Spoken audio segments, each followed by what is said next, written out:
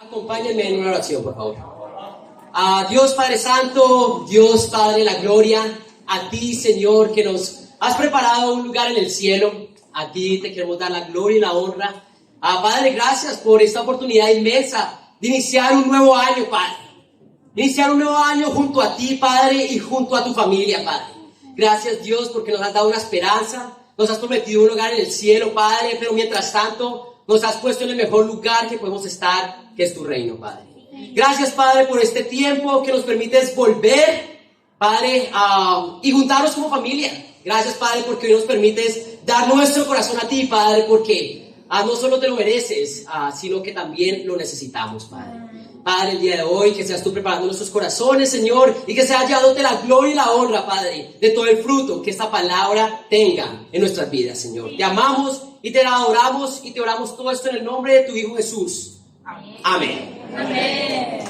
¡Feliz año 2023, familia! Empezamos un nuevo año. ¡Wow! Nunca pensé llegar tan lejos. No mentiras. 2023 es increíble. Y es un nuevo año en que podemos estar en el reino de Dios, con la familia de Dios, en una relación estrecha con Dios. Y les tengo que confesar, realmente las fiestas del 24 y el 31 fueron increíbles. Primeramente el 24, pasar con mi esposa, por primera vez, sin la familia sanguínea, pero con nuestra familia espiritual, amén. Fue increíble pasar con los Figueroa. Gracias, Omar y Liz, por recibirnos en su hogar. Gracias por los regalos, porque no nos fuimos blanqueados, amén. Nos dieron regalos. Pero también fue increíble pasar el 31 en la Casa de los Olivos, amén. Celebrando no solo el cumpleaños de Ángela y de Gerald, sino también celebrando el 31 juntos. Fue espectacular, amén. Gracias por abrir las puertas de su hogar. Y realmente es increíble. La primera vez que paso 24 y 31 con discípulos, y es la mejor Navidad de todas, porque es con la familia de Dios. Y empezamos un nuevo año, y en este servicio de Año Nuevo yo quería simplemente refrescarnos y aprender un poco más, enseñar de lo que como iglesia somos nosotros. ¿Quiénes somos nosotros como iglesia? Y la mejor manera de saber quiénes somos y a quién imitar está en la Biblia, amén. Exactamente en el libro de los Hechos. Hechos es el momento en que la iglesia de Dios, el reino de Dios, inicia acá en la tierra. Y el libro de Hechos también es el plan, es el modelo, es el proyecto original de la doctrina y la vida de la iglesia del primer siglo. El libro de Hechos ha recibido muchos nombres. Ha recibido Hechos de los Apóstoles, ha recibido nombre Hechos del Espíritu Santo, pero realmente lo que compone son los hechos de la iglesia del primer siglo. Y hoy es lo que vamos a hacer. Hoy simplemente voy a mostrarte las escrituras y llamarte a aplicarlas. Y si te sientes presionado, gloria a Dios. De pronto es lo que Dios quiere que sientas el día de hoy, amén. Hoy vamos a ver las escrituras y voy a llamarte, no solo a ti, a mí también, a aplicarlas. Y si eso te hace sentir cortado, inspirado o animado, tal vez sea lo que Dios quiere que sientas hoy, amén. Entonces no te extrañes si vas sintiéndote un poco presionado, un poco herido o cortado por las escrituras. Eso quiere decir que están trabajando en tu corazón. La verdad es que como iglesia no queremos recrear la rueda. No queremos inventarnos cómo vivir la vida cristiana. Eso ya se inventó y está en la Biblia. No queremos inventar una nueva forma de vivir el cristianismo. No queremos inventar. Queremos imitar. ¿Imitar qué? La iglesia del primer siglo. No somos un movimiento que quiera hacer algo nuevo, no. Somos un movimiento de restauración y queremos restaurar la iglesia del libro de Hechos. Somos y queremos seguir siendo la iglesia del primer siglo en el siglo XXI, amén. Eso es lo que queremos ser. Por eso la clase de hoy se titula Iglesia del primer siglo en el siglo XXI. Y vamos a aprender de cómo y quién tenemos que imitar nuestra manera de ser. Por eso mi primer punto es mensajeros de un reino precioso. ¿Están conmigo, familia? Vamos allá a Hechos, muy rápidamente, y vamos a empezar desde el principio, amén. Hechos 1, versículo 1. Juan Carlos. Iglesia del primer siglo, en el siglo XXI. Hechos 1, versículo 1 dice así: Estimado Teófilo, en mi primer libro me refería a todo lo que Jesús comenzó a hacer y a enseñar hasta el día en que fue llevado al cielo, luego de darles instrucciones por medio del Espíritu Santo a los apóstoles que había escogido. Primer punto: mensajeros de un reino precioso. Mensajeros de un reino precioso. Vemos acá, vemos a un Jesús que ya había vivido, había muerto y había resucitado. Después de eso se acerca ¿a quiénes? Pues dice ahí, a darles instrucciones a los apóstoles que había escogido. Vemos que apóstol, por definición, es un mensajero o un enviado. Y eso es lo que tú y yo somos también. Jesús está hablando a sus apóstoles como si nos estuviera hablando ahora mismo a nosotros. Apóstol es mensajero y enviado. Pero, ¿qué les dice él? Vamos a seguir leyendo el versículo 3. Dice así: Después de padecer la muerte, se les presentó dándoles muchas pruebas convincentes de que estaba vivo. Y vamos a parar ahí. Les dio pruebas convincentes de que estaba vivo. Hoy yo quiero preguntarte, y espero que sí, ¿estás convencido de que Jesús murió y resucitó al tercer día? Porque eso es lo que quería que Jesús quería que ellos entendieran, que Él había resucitado. La verdad es que no puedes ser un mensajero de un reino precioso si aún no estás convencido de que Jesús vivió, murió y resucitó al tercer día. Amén. Segunda de Corintios 5:14, no tienen que ir allá, lo pueden anotar, dice así. Segunda de Corintios 5:14 dice: el amor de Cristo nos obliga, porque estamos convencidos de que uno murió por todos y por consiguiente todos murieron. La vida del discípulo no se puede vivir al menos de que tú estés convencido de que Jesús murió por ti. Y que ahora no eres tú el que vive, sino Dios en ti. Hoy, eso es lo que quiere Jesús que entendamos. Hoy lo que nos está diciendo Jesús a nosotros, sus mensajeros, amén. Darnos pruebas convincentes de que Él está vivo. Pero ¿cuál era el mensaje? Vamos a seguir leyendo en Hechos 1, versículo 3. Dice: Después de padecer la muerte, se les presentó dándoles muchas pruebas convincentes de que estaba vivo. Durante 40 días se les apareció y les habló acerca del reino de Dios. Amén. ¿Cuál era el mensaje? ¿Qué era el único mensaje que había en el corazón de Jesús por 40 días? El reino de Dios. Y vemos que el número 40 tiene mucho simbolismo en la Biblia, ¿verdad? El número 40 fueron 40 los años que tuvo que pasar después de que los israelitas no entraron por desobediencia a la tierra prometida. Tuvieron que pasar 40 años. ¿Qué quiere decir eso? Tenían que pasar 40 años para que los que estuvieron ahí pasaran una generación y murieran, para que otra generación se levantara. ¿Qué quiere decir? El número 40, una generación. ¿Y cuál es el mensaje de Jesús en nuestra generación? El reino de Dios. Ese es el mensaje que Dios tiene para nosotros el día de hoy. Es el mensaje como mensajeros. Tú y yo estamos llamados a dar. ¿Están conmigo, familia? Sí, vamos. La realidad, familia, es que nosotros, como los apóstoles, hemos también sido escogidos y comisionados. Dios nos escogió solo con un propósito. Nos escogió, primeramente, porque necesitábamos ser salvos. ¿Amén? Recuerda la oscuridad en que vivías. Tú tenías que ser rescatado. ¿Amén? Alguien tenía que pagar por todo el pecado en que tú habías vivido. Y necesitábamos eso. Ahora Jesús, que nos ha escogido, nos ha llamado a llevar el mensaje. ¿De qué? Del reino de Dios. Hoy somos mensajeros de un reino precioso. Y eso es lo que predicamos. Amén. El reino de Dios. En el 2023 yo quiero comisionarte como lo hizo Jesús, a que solo lleves un mensaje. El reino de Dios. Tú ya sabes que es el reino de Dios. Mira a tu lado, mira a tu alrededor. Este es el reino de Dios, amén. Pero tienes que predicar dónde está y cómo entrar al reino de Dios. Por eso nuestro mensaje es fe verdadera. Una fe verdadera que tenemos que predicar, un arrepentimiento sincero y un bautismo para perdón de pecados. Mejor dicho, nacer de agua y de espíritu. Realmente el rol de ser mensajero es el mejor rol que podemos tener. Es el mayor honor de nuestras vidas.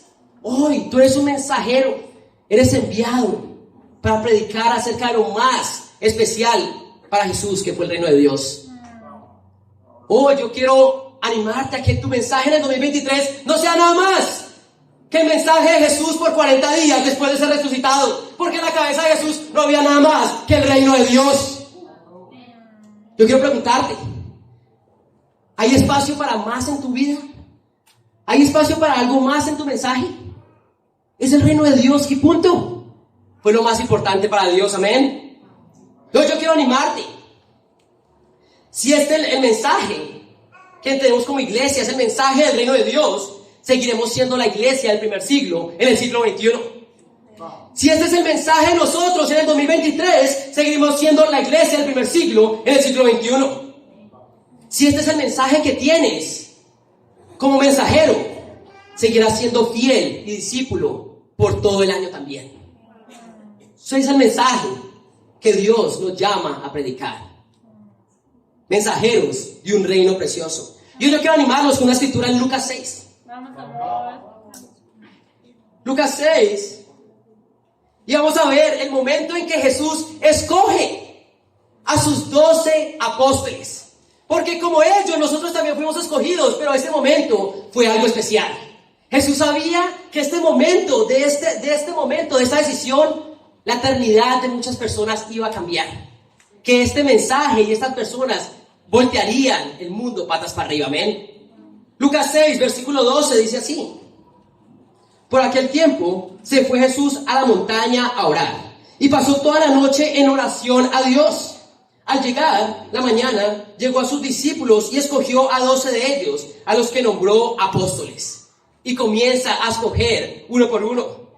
Simón, a quien llamó Pedro, su hermano, Andrés, Jacobo, Juan, Felipe, Bartolomé, Mateo, Tomás, Jacobo, hijo de Alfeo, Simón, al que llamaban el celote, Judas, hijo de Jacobo, y Judas Iscariote, que llegó a ser el traidor.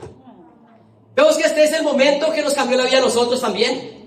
Este fue el momento en que Jesús escoge sus 12 mensajeros, los apóstoles, los pioneros del cristianismo. Pero antes de escogerlos, Él hizo algo. ¿Qué hizo? Dice ahí: Jesús se fue a la montaña a orar y pasó toda la noche en oración. Ese es nuestro Dios. Esa es la humildad de Jesús, que siendo Dios en persona, no decidió tomar decisiones por su cuenta, sino que fue a Dios toda la noche para depender del Padre. Si Jesús, siendo Dios, oró al Padre para dirección, ¿quiénes somos nosotros para no orar por dirección? Esto me recuerda lo que como discípulos somos y hacemos, ¿amén? Amén. Depender de Dios, pero también imitar a Jesús, ¿amén? Amén. Por eso, todos ya saben que se acerca este viernes 6 de enero, ¿amén? La vigilia de oración del 2023, ¿amén? ¿Qué es una vigilia? El viernes 6 de enero vamos a orar toda la noche. Amén. Toda la noche, ¿qué quiere decir toda la noche? De 10 de la noche a 5 de la mañana, amén. Y eso va a ser increíble, amén. Amén. Porque esto son dos cosas. Primero, nos va a llevar a ser más como Jesús. Si tú nunca has orado toda una noche entera, aún te falta algo para ser más como Jesús. Si nunca has orado toda la noche, te invito a que vengas este enero 6 a orar toda la noche con los discípulos, amén. Pero también, ¿por qué estamos haciendo esta vigilia? Por lo mismo que Jesús hizo su vigilia, para pedir dirección a Dios para este 2023. Invitados el día de hoy, ustedes no han llegado a una iglesia normal, no, ustedes han llegado al reino de Dios. El reino de Dios vivimos como Jesús vivió. En el reino de Dios vivimos como la iglesia del primer siglo vivió, amén. Y por eso yo quiero animarlos a que ustedes también vengan y puedan experimentar del poder de Dios en su iglesia. Amén. Será este viernes a las 9:30. Nos vamos a reunir, nos darán más dirección más tarde, pero queremos que estés ahí. Y si no puedes asistir por cuestiones de familia o de trabajo, déjale saber a tu líder de charla, pero estamos contando contigo. Amén. Este año queremos y debemos vivir como Jesús vivió, como esos mensajeros que Jesús comisionó. Queremos ser mensajeros de un reino precioso. Amén. Segundo punto, manteniendo el espíritu de la iglesia del primer siglo. Manteniendo el espíritu de la iglesia del primer siglo. Vamos a volver a nuestro texto en Hechos, porque es de Hechos donde vamos a aprender de la iglesia del primer siglo. Y vamos a leer versículos desde el versículo 41. ¿Están conmigo, familia? Déjenme saber cuando estén ahí. Amén. Hechos 2, 41. Dice así: así pues, los que recibieron su mensaje fueron bautizados, y aquel día se unieron a la iglesia unas 3,000 personas. Se mantenían firmes en la enseñanza de los apóstoles, en la comunión, en el partimiento del pan y en la oración. Todos estaban asombrados por los muchos prodigios y señales que realizaban los apóstoles. Todos los creyentes estaban juntos y tenían todo en común. Vendían sus propiedades y posesiones y compartían sus bienes entre sí, según la necesidad de cada uno. No dejaban de reunirse en el templo ni un solo día. De casa en casa partían el pan y compartían comida con alegría y generosidad. Amén. Alabando a Dios y disfrutando de la estimación general del pueblo. Y cada día el Señor añadía al grupo los que iban siendo salvos. Y la iglesia dice: amén. Amén. Vemos que ese es el espíritu de la iglesia del primer siglo. Y si ustedes me preguntan, familia, invitados, ¿por qué yo soy parte de esta iglesia? Porque tengo toda la plena confianza y cuando leo mi Biblia y veo la iglesia, las dos empatan. Por eso es que soy parte de esta iglesia. Porque cuando leo la Biblia y lo que ellos hacían y quiénes eran, veo a mi iglesia y digo: wow, este es el reino de Dios. Y vemos acá que este es el espíritu de la iglesia del primer siglo. Pero ¿cómo tú y yo vamos a mantener el espíritu de la iglesia del primer siglo? Bueno, que cada uno de nosotros, por individual, mantenga el espíritu de un discípulo del primer siglo. Amén. Es la única manera. Tú y yo somos el reino de Dios. Tú y yo somos la iglesia. La iglesia no es el lugar, somos tú y yo. ¿Y cómo vamos a mantener el espíritu de la iglesia del primer siglo? Mientras tú mantengas el espíritu de un discípulo del primer siglo. Leemos acá en el número 42. Dice: se mantenían firmes en la enseñanza de los apóstoles. Y por eso es que tú y yo estamos acá. Acá no simplemente nos vimos a ver nuestras caritas lindas, aunque muchos de ustedes son muy lindos. Otros hermanos, amén. Pero no, vinimos acá simplemente a escuchar la palabra de Dios y aprender de ellas. Amén. Y se mantenían firmes en las enseñanzas de los apóstoles. Eso quiere decir las mismas enseñanzas de Jesús. Eso quiere decir la palabra de Dios. Y tenemos que recordar por qué estamos acá y por eso, por qué somos lo que somos. Ninguno de nosotros podría hacer nada especial en el mundo. Pero en el reino de Dios todos somos especiales, porque somos parte de la familia de Dios, lo más especial de todo. Yo quiero preguntarte, ¿cómo va tu estudio bíblico diario? ¿Cómo va tu relación con Dios? ¿Estás manteniéndote firme en las enseñanzas de los apóstoles? Eso es lo que nos hace discípulos, aprender de la palabra de Dios. Pero el número 44 dice: todos los creyentes estaban juntos y tenían todo en común. Es imposible llevarse mejor con alguien en el mundo que no sea con un discípulo. Si tú eres un discípulo, la persona con que te vas a llevar mejor es un discípulo. ¿Por qué? Porque tienen todo en común. Porque pensamos las mismas cosas, que es la palabra de Dios. Ahora, yo quiero preguntarte, ¿cómo estás tú teniendo comunión con tus hermanos? ¿Estás avanzando el reino de Dios con tu sumisión a las Escrituras? ¿O estás obstaculizando el reino de Dios porque no te has sometido a las Escrituras? Realmente, familia, como les digo, nosotros no estamos reinventando nada. Nosotros queremos imitar. Nosotros no queremos ser nuevos en nada. Nosotros queremos llevar lo que ya existió y se creó, que son las enseñanzas de la palabra de Dios. estás siendo abierto y buscas discipulado. Y hablo de estas dos cosas porque son las más difíciles para las personas. Ser abiertos y buscar discipulado. ¿Te estás sometiendo a las escrituras? ¿O sos de los que no se sienten cómodos recibiendo ayuda de nadie ni confiando en nadie? Si no te sientes cómodo teniendo todo en común con un discípulo, ¿qué estás buscando? ¿Qué estás haciendo? Si no es con un discípulo que tienes todo en común porque tienes común la Biblia, ¿qué estás haciendo acá? Realmente los discípulos tenían todo en común. Y eso es el espíritu de la iglesia del primer siglo. ¿Están conmigo, familia? Tú, si ahorita estás rechazando discipulado, si no estás permitiendo que las personas te discipulen, ¿estás seguro que eres parte del reino de Dios?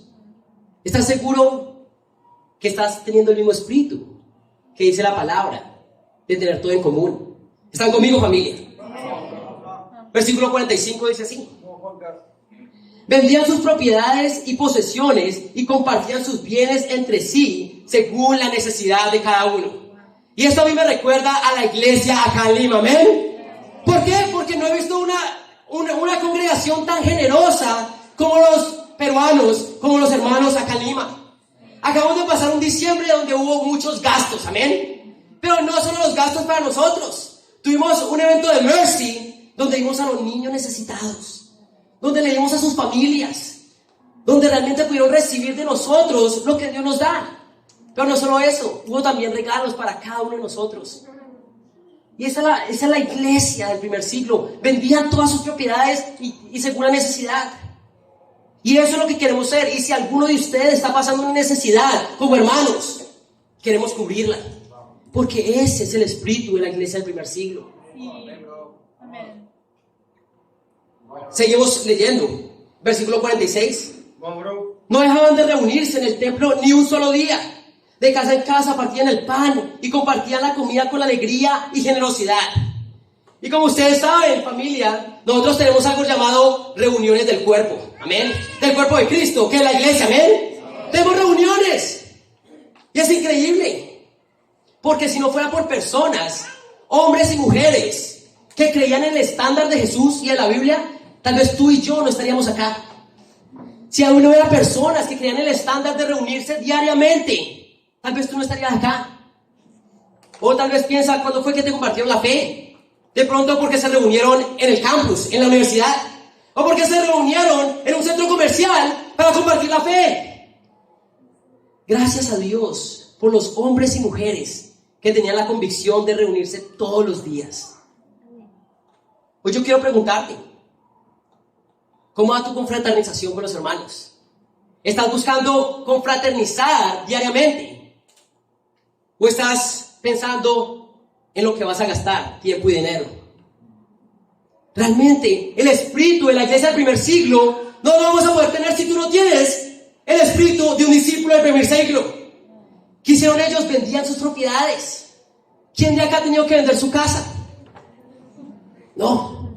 Ojalá un día eso pase. Y nos haría más como la iglesia del primer siglo. Amén. Eso es lo que estamos buscando hacer. Todos vemos esa escritura. Wow, vendían todas sus cosas y decimos, ¡qué increíble! Eso es lo que tú estás llamado a hacer. Y ahí no se vuelve tan increíble, ¿verdad? Pero es la iglesia del primer siglo. Y no estamos tratando de inventar el cristianismo. Ese ya se inventó y empezó en el primer siglo. Y es lo que estamos tú y yo imitando el día de hoy. Amén. Hoy acá nos dice, todos se mantenían fieles a estas cosas. ¿Quiénes eran todos? 3,120 personas. Los 120 que había antes de que los 3,000 fueran bautizados. O sea, todos. Eso es lo que quiere Jesús. Una iglesia en que todos estén completamente comprometidos. Una iglesia donde no solo los universitarios, no solo los casados, no solo los solteros, todos estamos viviendo el estándar de la Biblia. Amén. Y ese es el espíritu de la iglesia de Jesús. No podemos decir, wow, que unidos son los casados. No, eso no existe. Es, wow, que unidos son los discípulos. Amén. No podemos decir, wow, qué evangelísticos son los universitarios.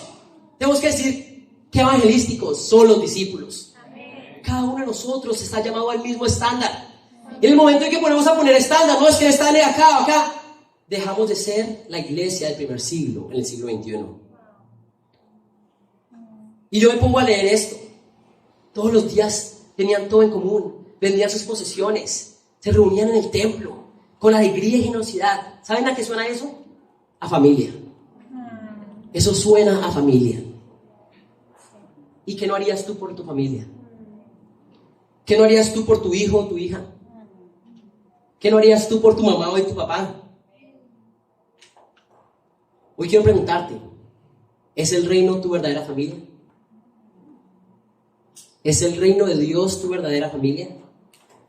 A veces decimos, wow, qué bueno, somos hermanos en Cristo y nos encanta llamarnos hermano, hermana, todo eso y nos llamamos hermanos. Pero después de la reunión volvemos a nuestra casa, a nuestra verdadera familia. Eso es una mentira. Esta es nuestra familia. Esta es nuestra familia. Y hasta el momento en que no empieces a ver al reino de Dios como tu familia, no vas a poder vivir como un discípulo del primer siglo. Yo tengo padres que están en Colombia y yo los amo, pero ellos saben que esta es mi familia. Mi familia sanguínea, saben que esta es mi familia. Y si esta no fuera mi familia, yo no estaría acá. Pero igual ustedes, porque el estándar es el mismo para todos. No hay nada que te radicalice más que tu familia. ¿Qué no harías tú por tu familia? ¿Qué no harías tú por tu hijo o por tu mamá? La pregunta es, ¿lo harías también por tu hermano que está sentado al lado? ¿O tu hermana que está sentada al lado? Yo sé que muchos de ustedes sí, aunque unos aún no están muy convencidos. Hoy yo quiero animarte. Tenemos que tener el espíritu de la iglesia del primer siglo. Yo tal vez ame más a mi familia sanguínea, más de lo que hacía antes de ser discípulo. Pero ellos saben que esta es mi familia. Y por eso estoy con mi familia el día de hoy. Podría estar en mi ciudad con mis papás, pero no, esta es mi familia. Esta es la familia de los discípulos. Amén. Hoy yo quiero animarte con eso. De que empieces a ver a las personas que tienes al lado como lo que son, familia y de verdad. No son unidas por la sangre no es nada. El espíritu lo es todo, amén. Tercer punto. Los milagros silencian a los incrédulos. Los milagros silencian a los incrédulos. Vamos a ir a Hechos 4. Espero que estén todavía conmigo. Hechos 4, versículo 13. Ahora sí me siento un predicador de verdad. Sudando. Amén. Pero vamos a ir a Hechos 4, 13. Dice así. Los gobernantes, al ver la osadía con que hablaban Pedro y Juan, al darse cuenta de que eran gente sin estudios ni preparación, hoy si no tienes estudio ni preparación, estás en el lugar indicado, amén. Y si los tienes, amén también. Pero es acá, al darse cuenta de que eran gente sin estudio ni preparación, quedaron asombrados y reconocieron que habían estado con Jesús. Cuando no estás con Jesús, la gente se da cuenta. Cuando estás con Jesús, mucho más, amén. Dice acá. Además, como vieron que los acompañaba el hombre que había sido sanado, no tenían nada que alegar. ¿Qué vamos a hacer con estos sujetos? Es un hecho de que por medio de ellos ha ocurrido un milagro evidente. Todos los que viven en Jerusalén lo saben y no podemos negarlo. Los milagros silencian a los incrédulos. Les voy a decir algo, familia, y es algo que tenemos que aprender de la Biblia. En la Biblia nunca hubo milagros ni victorias secretas. No había victorias conspirativas, donde solo unos pocos sabían la verdad. Eso no existía. Todas las victorias y milagros en la Biblia fueron públicas y se podían ver desde la luna. Pueden pensarse, el Mar Rojo separándose. Pueden pensar en las plagas que llegaron a Egipto. Pueden pensarse en fuego cayendo del cielo. O Jesús resucitado. Donde unos pocos lo vieron, pero esos pocos tornaron el mundo patas para arriba, amén. Los milagros y las victorias de Dios siempre eran bien conocidas. Dios quiere que sus milagros sean obvios. Gálatas 5:19, no tienen que ir allá. Dice, las obras de la naturaleza pecaminosa se conocen bien. Si las obras de la naturaleza pecaminosa, el pecado de las personas se puede notar, como mucho más los milagros de Dios. Como mucho más las obras de Dios. Dios quiere que todos sepan que acá están pasando milagros. Dios quiere que todos sepan que hay un grupo de jóvenes que están tornando todas las universidades de Lima patas para arriba, amén. Dios quiere que todos sepan que hay una iglesia que está tornando toda Lima patas para arriba, amén. Y esto no es un secreto. Dios no quiere que esto sea algo secreto. Dios quiere que todo el mundo sepa lo que está pasando. Que muchas personas vean como muchas más personas están recibiendo la gracia de Dios. Dios quiere que haya milagros en tu vida. Si no hay milagros en tu vida, hay algo que está sucediendo. Porque Dios quiere que los milagros sean notorios, sean obvios. La verdad es que las personas allá afuera en el mundo religioso, están dudando acerca de los milagros. ¿Por qué? Porque al final, en la falsa religión no está acostumbrada a los milagros. ¿Cuáles son los milagros del siglo XXI? Almas y vidas siendo cambiadas por Dios. Ese es el milagro del siglo XXI. No es más increíble el que se haya abierto el mar a que una vida sea cambiada radicalmente para Dios. Ese es el milagro del siglo XXI. Y eso no pasa mucho en la religión, en la falsa religión. Allá la falsa religión seguirá haciendo lo que siempre hace, bueno, lo que no hace, discípulos, y llamar a las personas al estándar de la Biblia, pero no en la iglesia de Dios. ¿Están conmigo, familia? Serán los milagros los que callen a los incrédulos, a los que dudan. Yo quiero preguntar, ¿quién está listo para el 2023, el año de los milagros? Amén. Dios quiere que haya milagros, y eso es lo que busca Dios. Y si la pregunta es, ¿estás tú dudando? ¿Estás tú dudando que pueda haber milagros en tu vida? Si estás dudando, yo quiero mostrarte una escritura que está en Mateo 28. No es tiempo para dudar, familia. Es tiempo para ver los milagros de Dios en nuestras vidas. Y en Mateo 28 vamos a leer versículo 16. Dice así.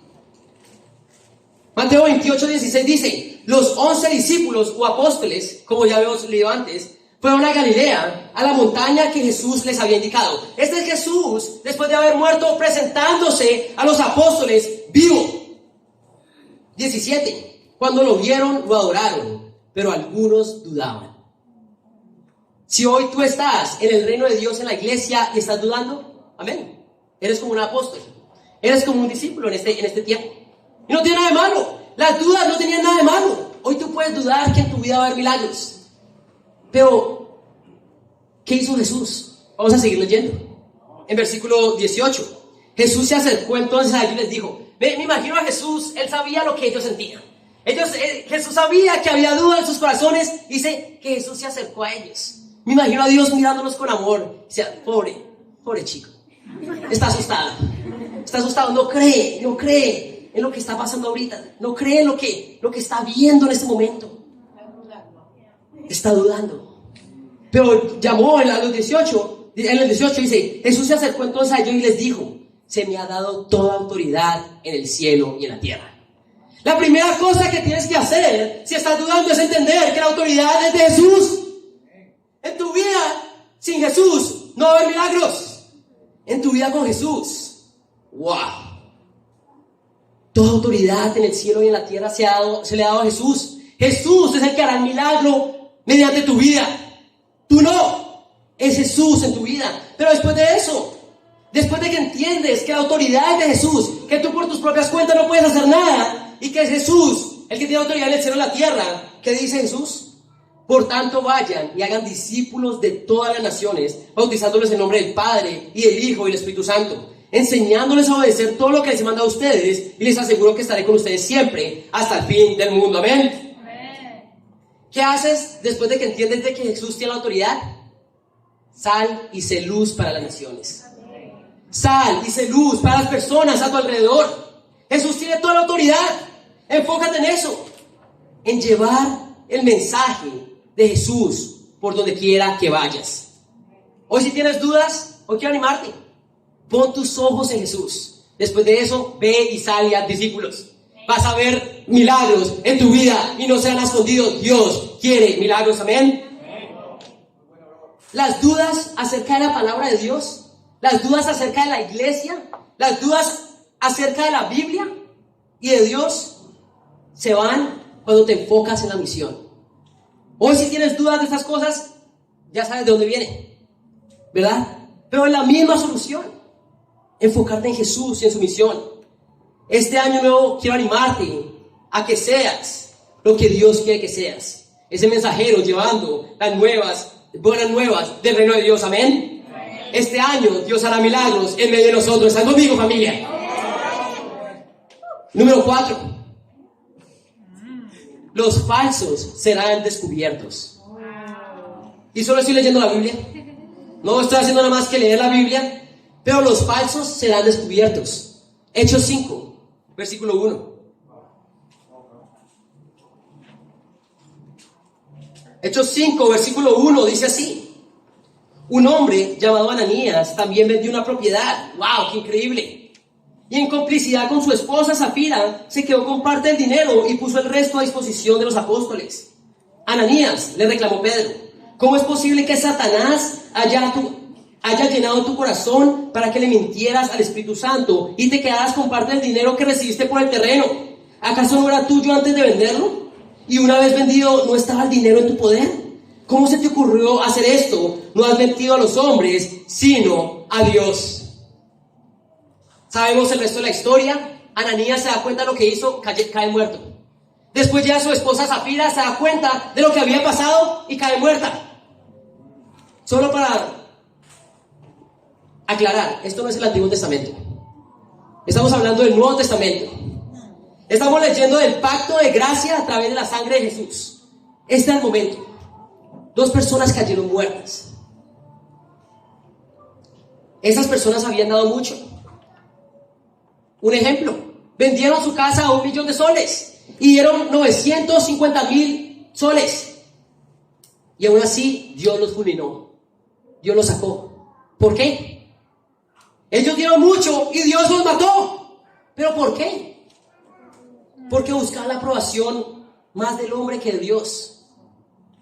Y muchas veces queremos más la aprobación de los hombres que de Dios. Hay personas acá que están diciendo que están dando su todo. Lucen por fuera que están dando su todo, pero no están dando todo. Y esos van a ser descubiertos. Es mejor presentarte débil que presentarte fuerte cuando no estás fuerte. Pero muchos de acá nos mostramos como que estamos dando todo. ¡Wow! Estoy animado. Y realmente no estás dando todo a Dios. Eso es ser falso. Eso es querer agradar a las personas. Y Jesús, Dios, ese día sacó a 2 por ser falsos, por querer agradar al hombre. Hoy yo quiero preguntarte, ¿eres de los que está fingiendo que está dando todo? Dios sabe y serás descubierto. Hoy yo quiero animarte a que solo te enfoques en una cosa, y está en Juan 8. Juan 8, versículo 31. Y si vamos a salir de acá con una decisión, con algo claro, es esto. Juan 8:31 dice así: Jesús se dirigió entonces a los judíos que habían creído en él y les dijo: si se mantienen fieles a mis enseñanzas, serán realmente mis discípulos. Acá dice: si se mantienen fieles a mis enseñanzas, serán realmente mis discípulos. Estar en la membresía de la Iglesia Cristiana Internacional de Lima no te va a llevar al cielo. Estar en la membresía de la iglesia no te va a llevar al cielo. No te mientas a ti mismo. Hay personas acá que se hacen llamar discípulos, que si cuentas el costo con ellas, no estarías seguro de bautizarlas. ¿Por qué? Porque no están viviendo como discípulos. Porque no tienen el corazón de un discípulo. Tienes que ver, solo una cosa te hace discípulo. mantenerte fiel a las enseñanzas de Jesús. Este año, familia, este 2023, año de los milagros. Como todos los años de la historia de la iglesia de Lima, me comprometo, porque amo a Dios y los amo a ustedes, que los voy a llamar siempre al estándar de discípulo de la Biblia. Y el que no quiera vivir como discípulo, no es parte de la iglesia, bíblicamente hablando. Nunca comprometer las convicciones de la Biblia. Eso sería deshonrar a Dios, deshonrarlo a ustedes y a los Bataglín que plantaron esta iglesia. Amén. Es nuestro trabajo que cada uno de nosotros se mantenga firme a las enseñanzas de Jesús, porque así y solo así puedes llamarte discípulo. Si hoy estás acá y te haces llamar discípulo, pero no vives como discípulo, no eres un discípulo, no eres cristiano, no eres parte del reino de Dios. Y hoy tenemos que entender eso. Hoy pregúntate, ¿es tu propósito hacer discípulos? Hoy tienes que preguntarte, ¿un discípulo hace discípulos? ¿Te estás negando a ti mismo y cargando tu cruz todos los días? Eso es lo que dice Jesús, que es un discípulo. ¿Estás recibiendo discipulado? ¿Estás recibiendo enseñanza en el discipulado? Si no, no eres un discípulo. Y realmente no hay ninguna situación en tu vida que pueda detenerte a ser un verdadero discípulo más que tú mismo. Muchos de nosotros nos gusta culpar a nuestro pasado. No, es que lo que viví es muy fuerte. A muchos nos gusta culpar a nuestra personalidad, nuestro lugar de residencia, como una excusa para no mantenernos fieles a las enseñanzas de Jesús. Bueno, eso no es un obstáculo. Tú eres el obstáculo. Si no eres un discípulo, no eres un cristiano. Y solo te quedan dos pasos: o arrepentirte o restaurarte. Arrepentirte si aún tu conciencia te dice que esto es lo correcto. Restaurarte cuando ya dejaste de dar tu corazón a Dios. Muchos de acá ya cayeron de la fe en su corazón porque no están viviendo como discípulos. Y al final es el estándar de las Escrituras: los falsos serán descubiertos. ¿Están conmigo, familia? Quinto y último punto: a pesar de todo, firmes hasta el final. A pesar de todos, firme hasta el final. Vamos a leer Hechos 5 y vamos a leer versículo 17. Dice así, Hechos 5, 17. El sumo sacerdote y todos sus partidarios que pertenecían a la secta de los saduceos se llenaron de envidia. Entonces arrestaron a los apóstoles y los metieron en la cárcel común. Pero en la noche, un ángel del Señor abrió las puertas de la cárcel y los sacó. Vaya, les dijo, preséntense en el templo y comuniquen al pueblo todo este mensaje de vida. ¿Qué está pasando acá? Están los apóstoles, los que no tenían educación ni preparación, amén.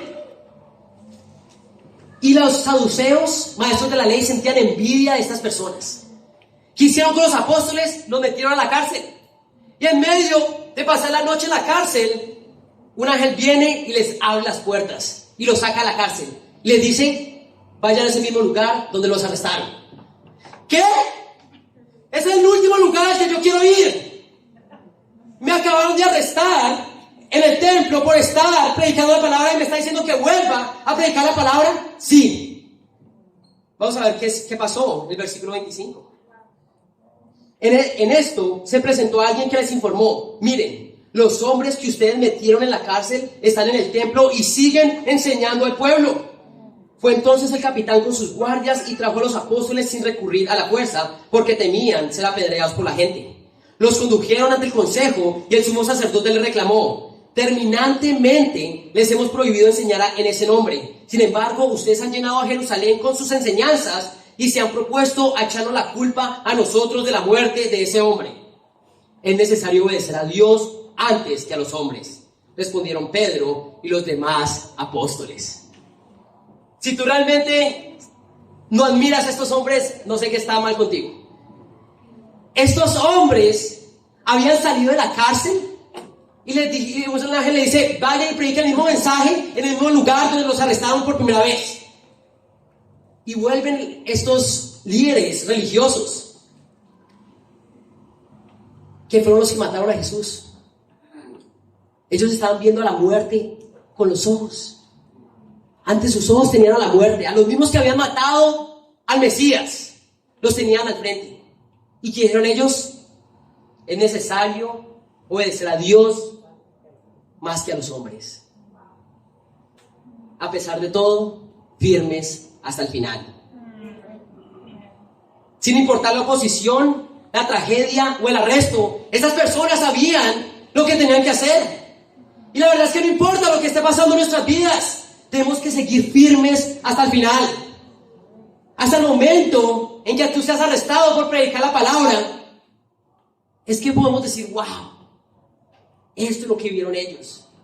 Antes de eso, ¿qué podemos decir tú y yo? Hoy, familia, está la iglesia del primer siglo en el siglo XXI, ¿amén? Amén. Esta es la iglesia del primer siglo en el siglo XXI, ¿amén? Amén. Y va a tomar que día a día tú y yo tomemos la decisión de ser fieles a Dios, imitar a la iglesia del primer siglo. Individualmente, cada uno debe tomar la decisión de imitar el corazón de los discípulos en la Biblia.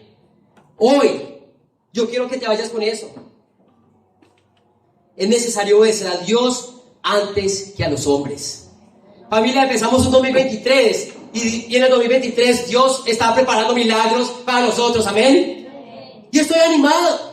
Estoy muy animado de ver lo que Dios va a hacer por medio de cada uno de los discípulos, ¿amén? Amén. Estoy pensando en todas las personas que sus vidas van a ser cambiadas. Las personas que sus vidas están siendo cambiadas ahora mismo. Porque en medio de nosotros hay personas que están tomando decisiones para Dios. Y muy pronto serán nuestros hermanos y nuestras hermanas, ¿amén? Y eso es increíble. Esos son los milagros del primer siglo. De una persona naciendo de nuevo en agua y espíritu. Estoy animado a ver lo que Dios va a hacer este 2023, en el año de los milagros, y que para Dios sea toda la gloria.